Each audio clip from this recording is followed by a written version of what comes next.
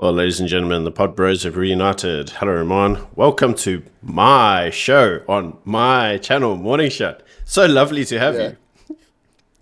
Oh, thank you so much. What an honor and a pleasure to be on this esteemed channel. This is Team Channel. So, news out. You've been fired. You're unemployed. What's it like to be unemployed?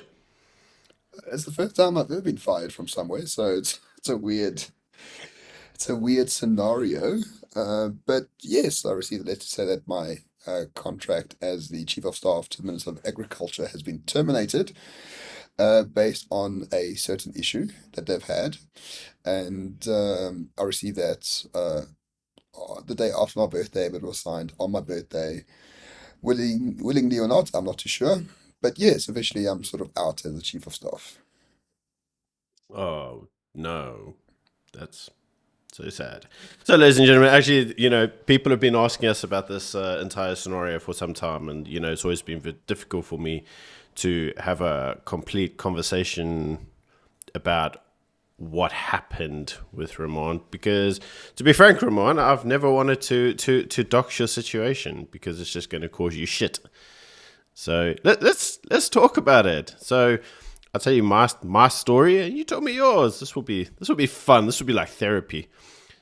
So Right. you may recall that at the formation of the GNU, you got a tap on the shoulder and a request to join a certain person and assist in the running of their affairs. And you came to me and you said, "What do I think?" And I said, "Well, I've been in government. It's a tough job. You say one word wrong, and people come after you and twist every little word you say because it sells a story." I remember actually once taking an interview very many moons ago in my previous role, and I said something about the industry I work in, and I said, "Well, it used to be like this, and it was pretty bad." And then I said how we had improved things and changed the law and whatever else. And the only thing they wrote about was the industry is this bad because this is what it does. And it's like, no, dude, I said it used to be like this, and this is what we did. But that got me hauled over the coals, and it was my first real experience of journos in government. It's a tough old industry, and as I said to you, it's taking that specific job. It's long hours away from your family.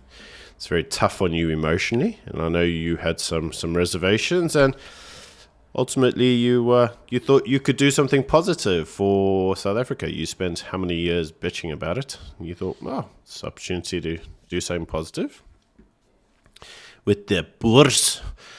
And so off you went. And for those of you who don't know, Ramon exited Morning Shot. He exited Morning Shot because you had spent a very long time talking praten de kak on the YouTube, and there was no ways to know whether the ministry would allow you to continue to praat de kak and get away with it. So you couldn't really. So I didn't want to be classed as captured, and you didn't want to be gagged in terms of what you wanted to say. So you exited.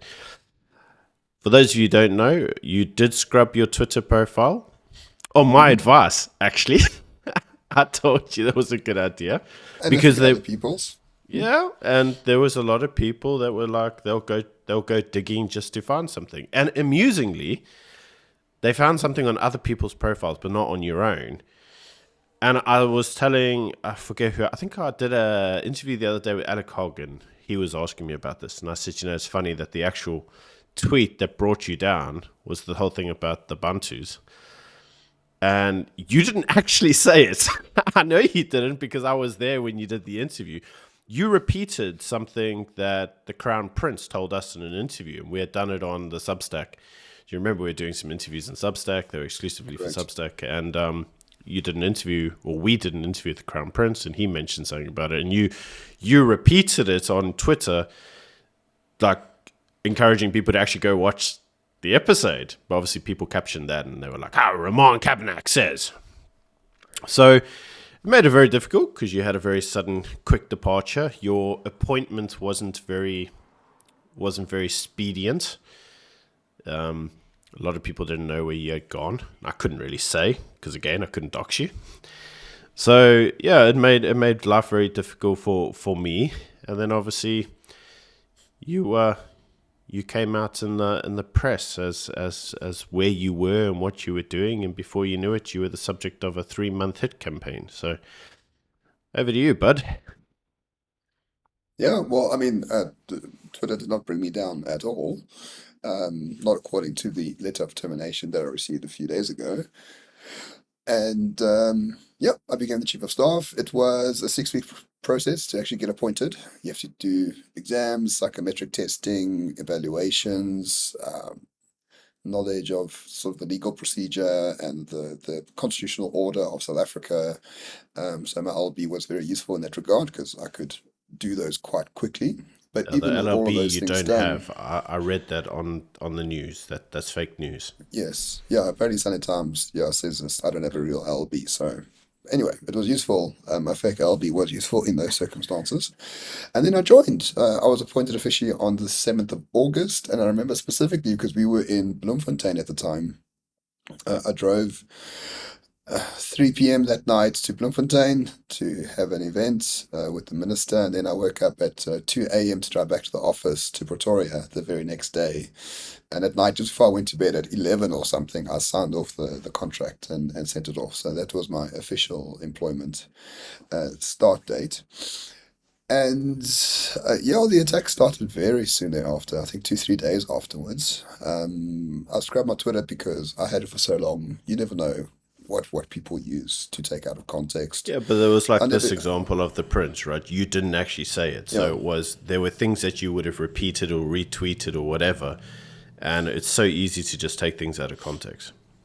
yeah, and that's what exactly what they did.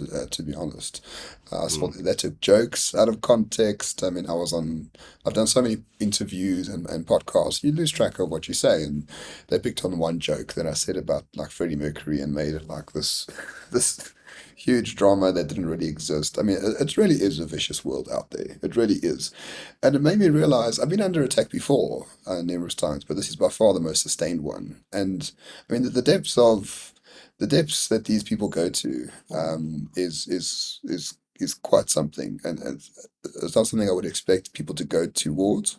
How low they go, but it was extremely low, very low, and yeah, what can I say? It was really really tough.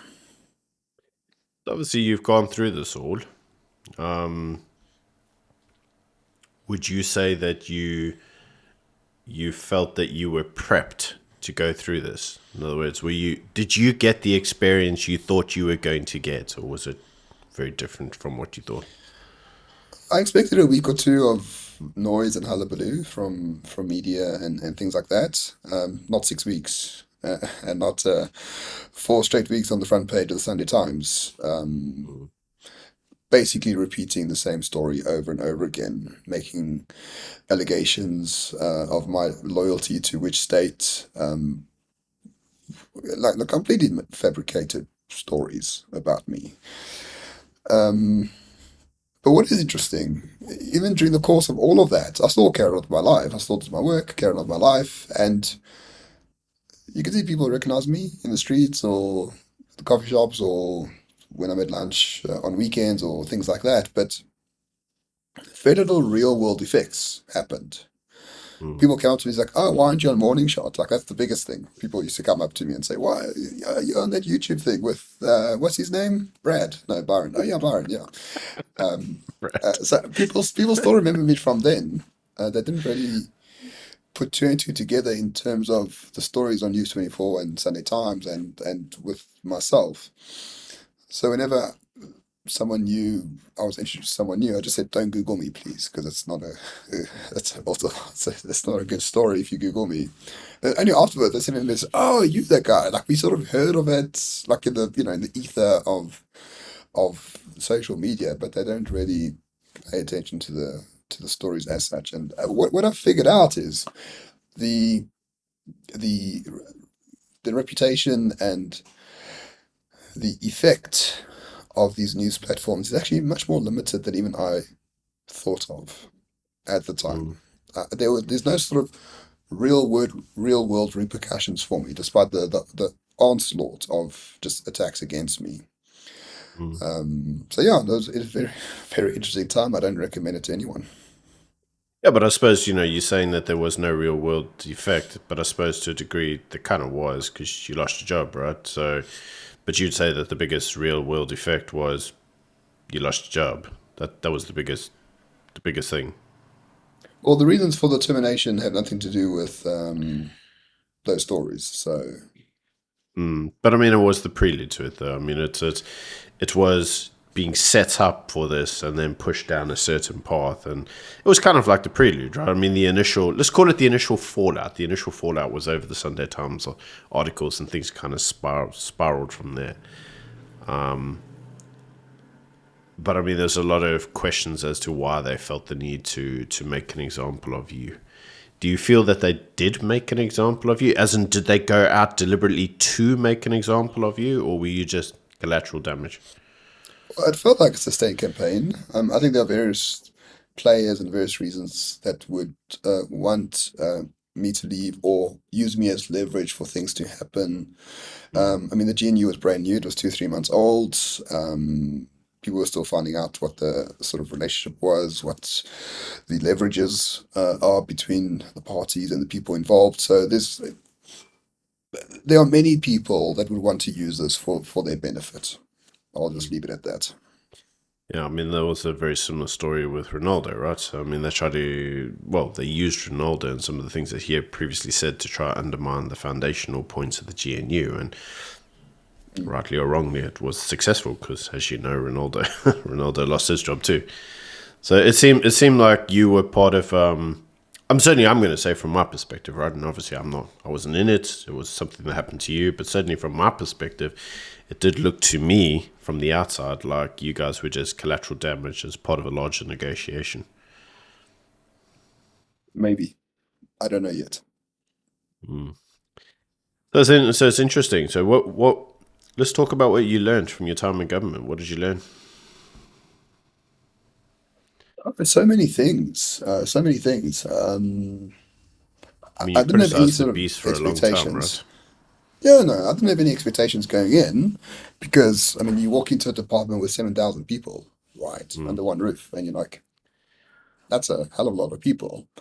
And in my time, I tried to meet as many as possible, but it's impossible to remember everyone, of course. But the ones that I did meet, and especially the ones in sort of management positions, we got along very well, um, up to the last day. Um, you can disagree, but the professionalism was always there.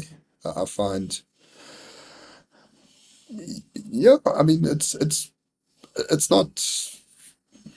How can I say? It was better than I anticipated in terms of the professionalism, the courtesy, the wanting to help, and things like that. I mean, there's all sorts of course, internal politics, internal office politics, but it just feels like a relatively large corporation or a large company that you walk into. I assume if you work at a major bank like FNB and you are a whatever a data engineer there, like of course you won't know everyone within FNB. Like it's possible because there's 10,000 people under one roof, Mm. but you get along with your team and the rest of it. And I felt that we were welcomed very well. We were helped, and I got nothing but positivity for the people within the department itself. So the ministry sits on top of the department. So it's basically two different areas or two different offices, so to speak, but the ministry is sort of the head and the department's the neck. So the department implements the policies that the ministry devises. And yeah, I only have praise for the people there, though. We treated really well, very hardworking. I used to receive calls at, Friday night, 8 p.m. Oh, we need to do this or that. Or on Saturdays, I used to get WhatsApps. People were still working. Yeah, so really, it was nice. It was a nice atmosphere. I felt welcome right from the start, and it never waned. Mm. So obviously, you spent a long time criticizing government and podcasts and online. Mm. And there's this idea that a lot of the people in government are uninterested in the state, and there's this like idea that they go into the office, put their jacket on it, and then go out for lunch, and they don't pitch up for work for another week or something. So what you're saying is that wasn't your experience of that ministry. Yes, yes. No, I didn't see that. But of course, I'm not with the people all the time in the department. I was Mm, with my staff members in the ministry all the time, and mm, we ran a pretty tight ship. But if I sent an email requesting something, 99% of the time I got a response within 24 hours. And I said it just felt professional and very little, yeah, what can I say? Very little friction. Just normal office politics. This one mm. does that one. They try to be your friend, but nothing out of the ordinary, out of any other big company or corporation. I must admit that's a bit it's a bit boring. I mean, come on, man. You're supposed to tell us some like juicy stuff, like yeah, this guy was there and he was in the office, like taking drugs off the desk or whatever. Like just saying, yeah, the guys got on and did their job. It's like anticlimactic, dude. Come on, where's the I mean, gossip? it doesn't mean I agree with what they were doing, right? I mean, we fundamentally disagreed on various things, but you could always talk about it. And Mm, yeah, yeah. But in my experience, professional, courteous, all the good stuff. I really, I really praise the department and the staff in this regard. mm. So let's actually talk then about that one question that obviously the viewers always want to know. They're always very curious of, and it's easier to see once you've been in the mouth of the beast. But there's this idea that obviously the ANC is pushing South Africa down this communist utopia, and there's lots of like hardcore commies in the industries. What was your experience? Were they all like that? Some of them like that? There was never a direct ideology that I encountered as such.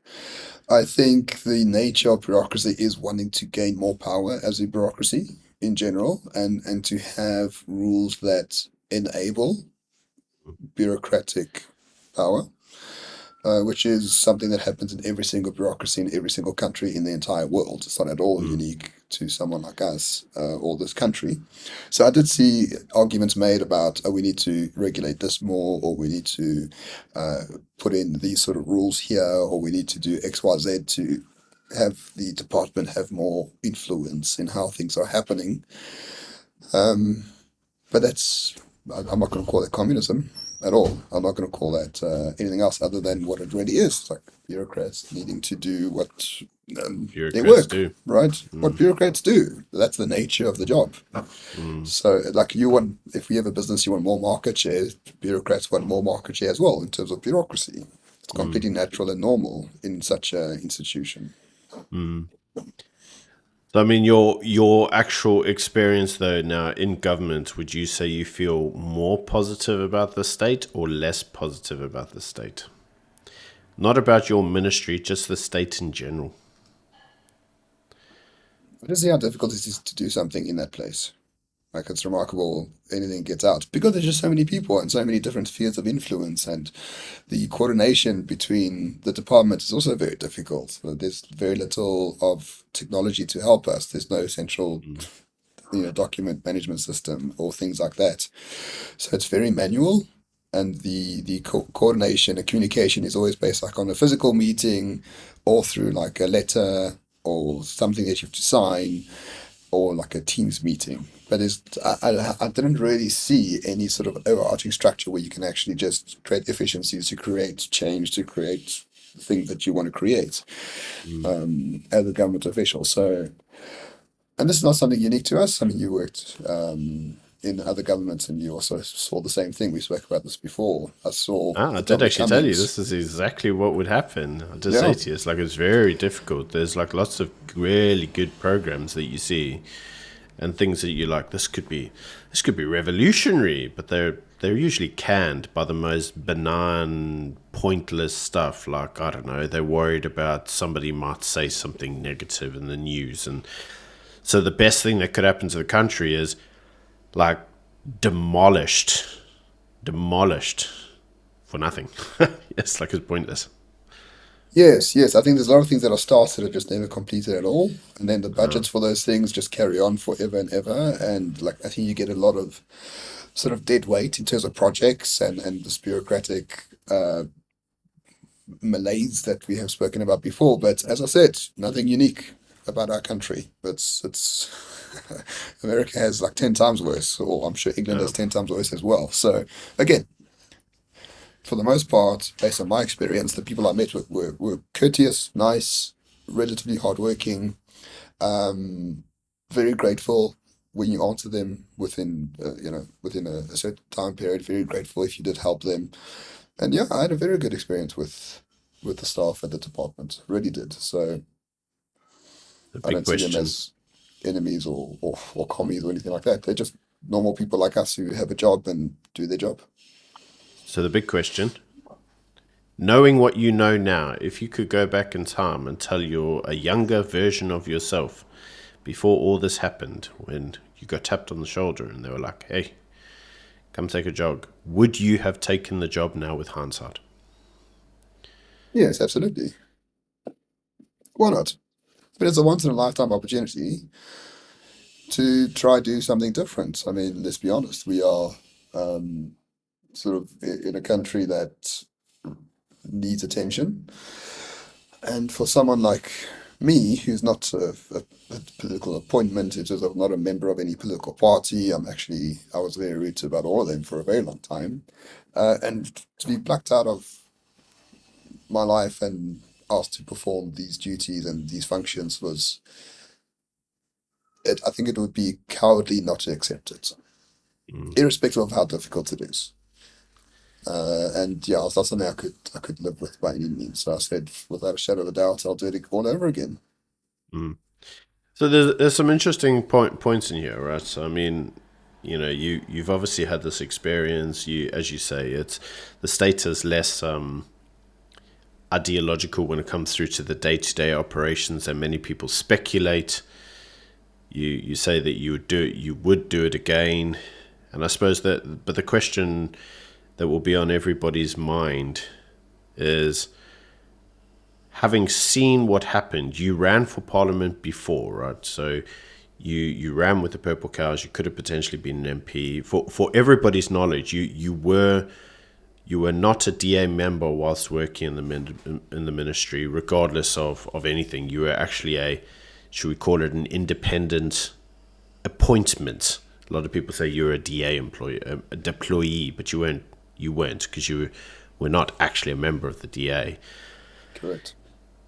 So the question on everybody's mind is like, right, so this all happened, you got chucked to the side. What have you been doing since all of this occurred? I mean, obviously this has been, the news have been talking about it. You've been alleged to have been holding the minister to ransom and all sorts of other stuff. I mean, I've seen the allegations online, right? And there's tons of them. All of them unsubstantiated, just attempting to apply pressure on the minister to make a decision. But what have you actually been doing since then? I was asked to resign in September last year, and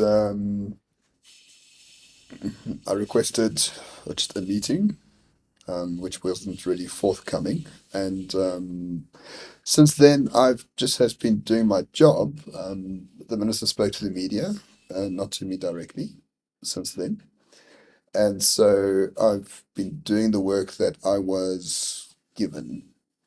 I was, it was greatly inferred not to do certain things. I'm not going to go into this because I'm still looking at my options legally as such. But for every single day, or work day at least, I always had some emails to attend to, some things to sign off on, some people to speak to concerning the sort of coordination of the ministry as such, and that's what I've been doing the past few months.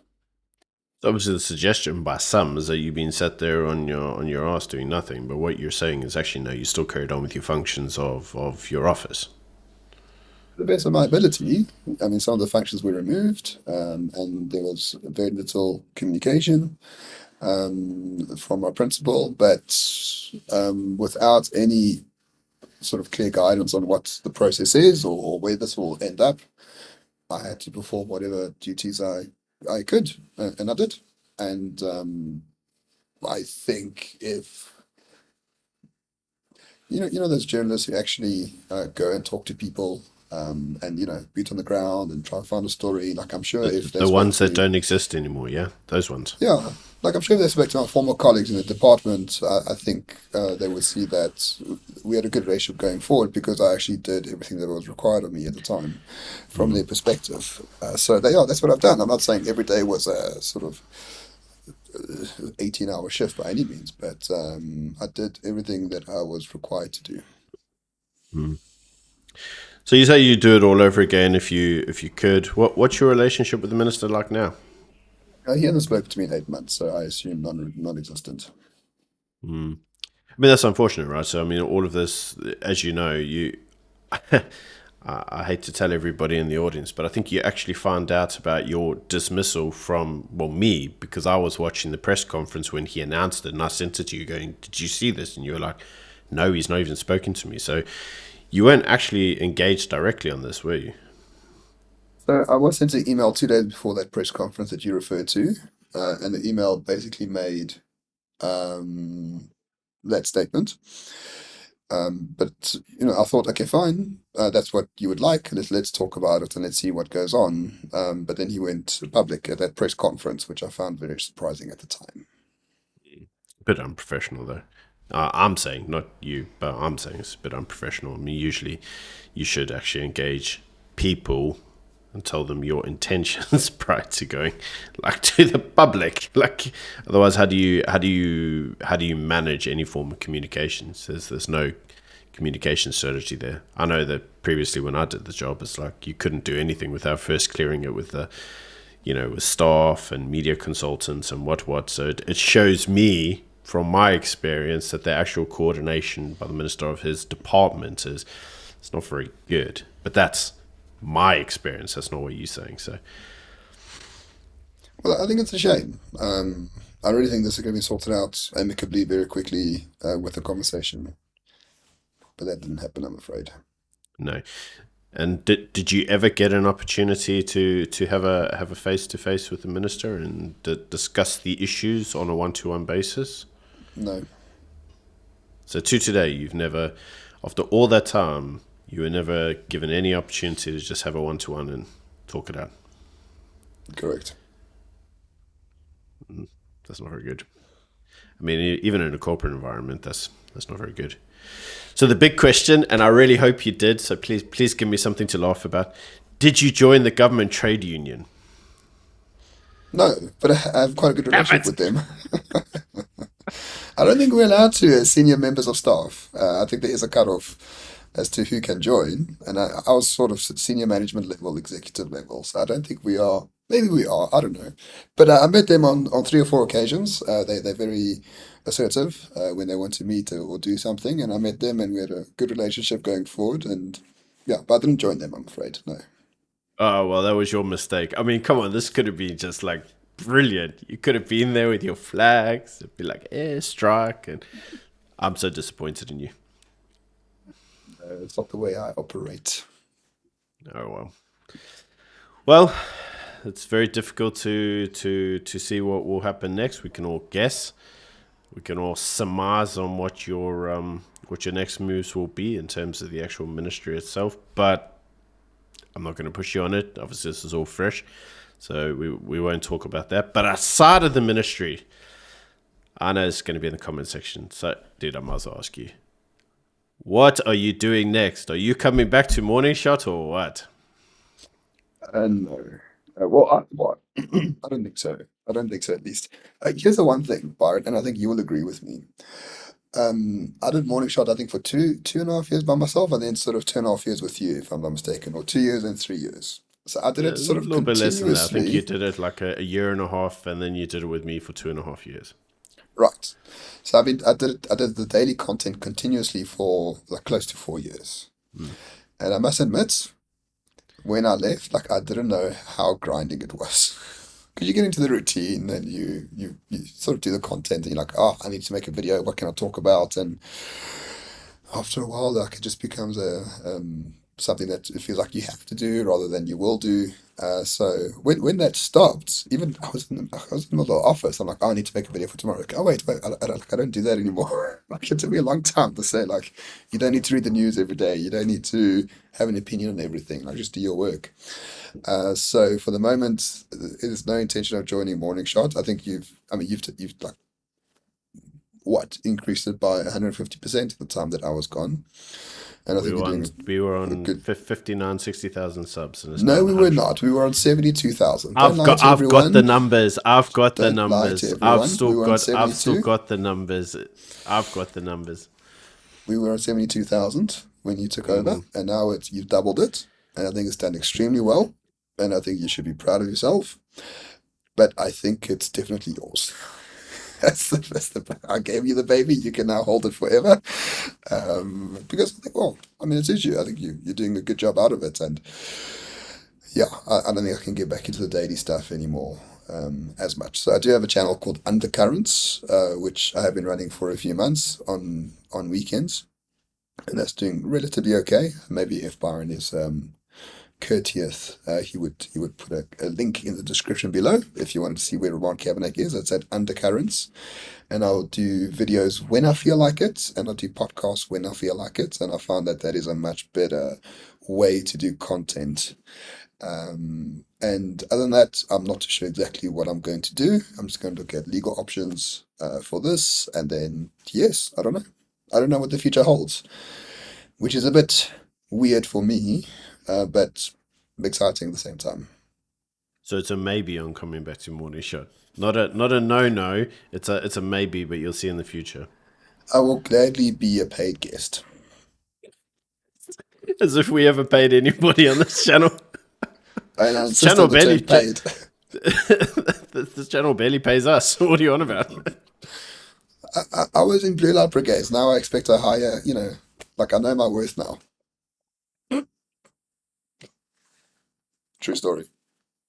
Okie dokie. Anyway, Ramon, thank you for coming on my show and having an interview with me. Such a pleasure to see you. Thank you, Byron. Appreciate it. And for those wondering, there was never any animosity between myself and Byron. I know he said a few unsavory things about me on Chris Wyatt's show for some reason, but that's how you know Byron sort of likes you. Like he never says I like you, just says, "Oh, you're a bit of a prick," and then like that's sort of Byron's love language. So is that true, Yeah, it's Byron? true story. Ask my wife. Exactly. Uh, Chris White's Chris White shows have tend to overrun, so you end up maybe explaining things a little bit callously. And Chris will admit himself he likes to talk, so you usually have to put your point in there as quick as possible and as short as possible, just so that you can get your chance. And yeah, I mean, I can understand why that may have come across as if it was animosity. And I'll be honest with you, there was a period I was a little bit annoyed at being handed this baby and having to raise a child single-handedly. It's a lot of work. It is a lot of work, but I said it's a lot of work. Are you sure? And you said yes. And then yeah, I still try to help you a little bit in between. And yeah, we chat all the time. But yeah, it's a lot of work. People really underappreciate what it takes to make a video a day. And as I said, you've done well, so don't feel too bad for yourself. Oh, I don't. So anyway, Ramon, Good. we'll record a video for Monday later. Anyway, No. catch you later. Thank you, everyone. Cheers. Cheers. Bye.